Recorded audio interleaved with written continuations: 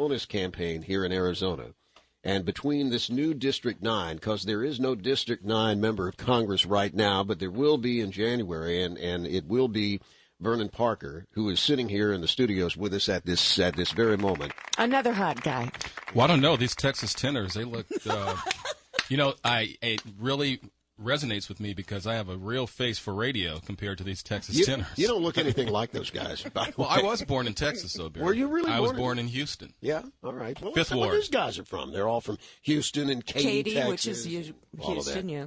All right, now so I got to ask you this question. When you at some point a few years ago, you woke up one morning, maybe a year or so ago, and you had to wake up and say, "Well, I'm going to run for that. I'm going to run for that 9th district thing. I'm going to do it."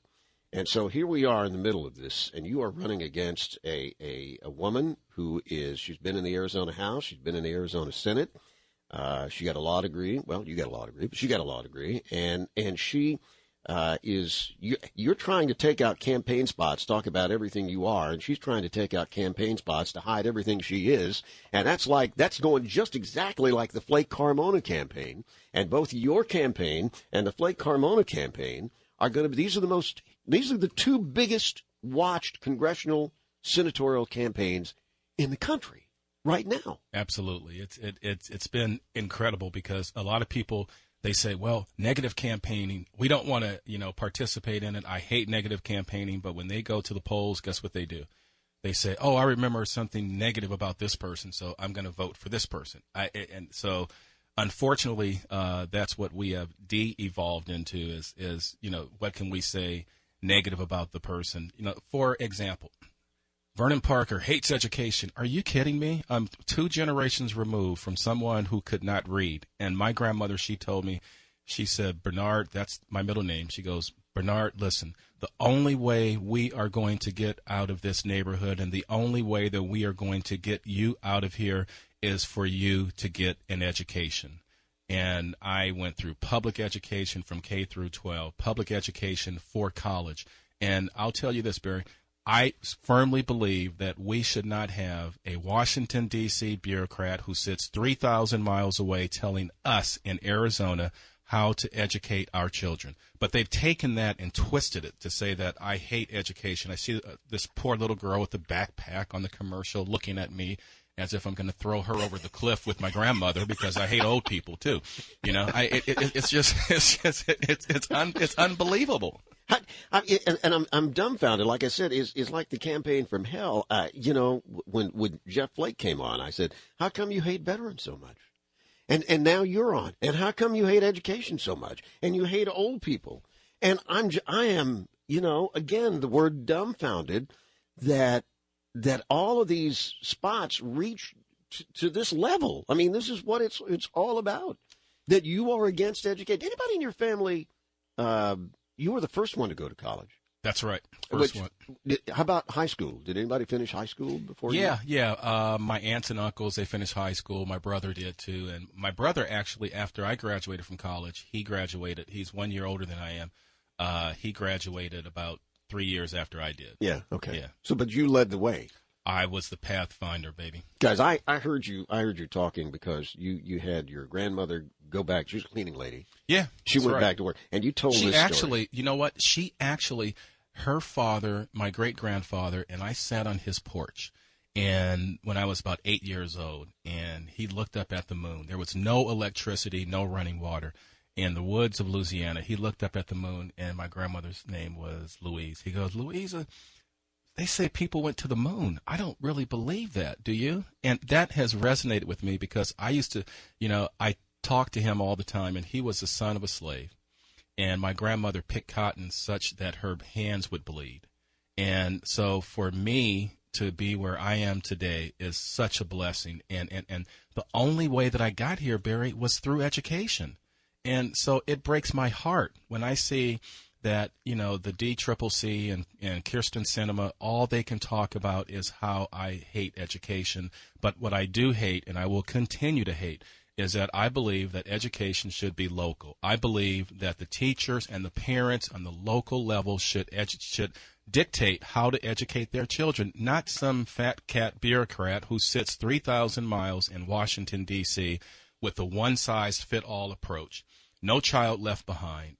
Millions of children have been left behind, and so it's unfortunate that's on the airwaves. But thank goodness for shows like yours that we can get the real truth out. I want to do something. We got to pause for a second here. I want to do something because I have mentioned the Flake campaign and your campaign because I believe that they're sort of tracking each other with reference to the kinds of ads that have come out, and obviously, as was said earlier, the way that it's a national thing. Everybody's watching this to see how it goes, and so here's another way that I think that they're sort of tracking each other, is that, at the end of the day, Dr. Carmona comes out, and he wants to say, I'm really not liberal. I mean, not really. I mean, I know I'm with the Democrats, but I'm really not. I'm a member of the NRA. And this and that and the other, and so what are you going to have after this election is counting? You're going to have a guy that's going to vote with Harry Reid, okay? And then I watched the Kirsten Sinema commercials on TV, and here's this woman who has had extreme views that all of us have ridiculed and laughed at openly on the air. Like, how can she feel this way? And she's on TV now. The whole idea of the ad is to basically say, I'm not so liberal. The whole idea of the ad is to say, I've been working across the aisle my whole legislative life. This is what I do. I'm a bipartisan. Okay, so now you kind of smile, and that brought a smile. So let's talk about the bipartisan. Can we talk about bipartisan stuff? Without a doubt. All right, hold on. We'll get to that in a minute. Vernon Parker, it's District 9. If you live in District 9, for God's sake, and you haven't voted yet, you got to vote. It's on now. This is the time to vote is right now. Hang on. Vernon Parker, it's KFYI. The Sean Hannity Show, weekday afternoons at 1:06. News Talk 550 KFYI, the Valley's talk station. It's 8:51 on the program. Next hour, think like the media. No, today's is going to be juicy. Neither one of us, Michelle nor me, know what Babinski has cooked up. Like the Candy Crowley thing, he and he alone knows the questions for today's Think Like the Media. And has the transcript. Yes, you'll check the transcript as we go.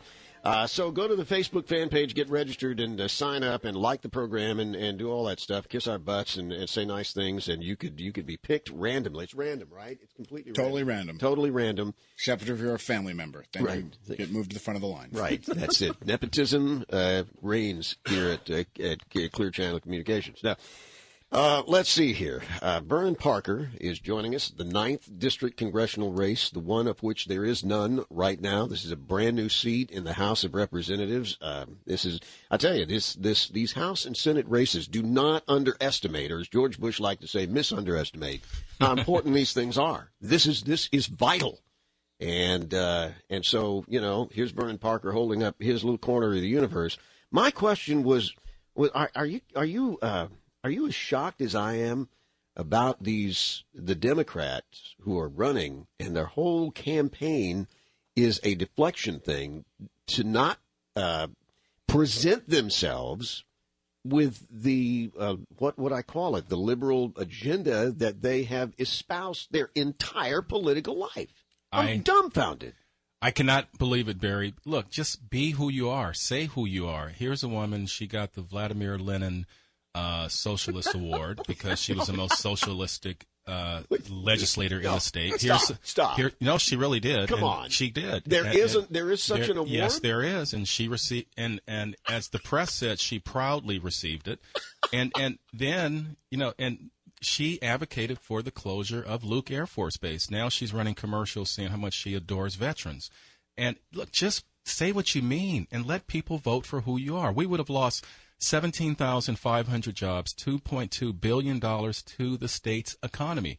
She was a spokesperson for Ralph Nader. And at that time, the Democratic Party said that she was too extreme for Phoenix.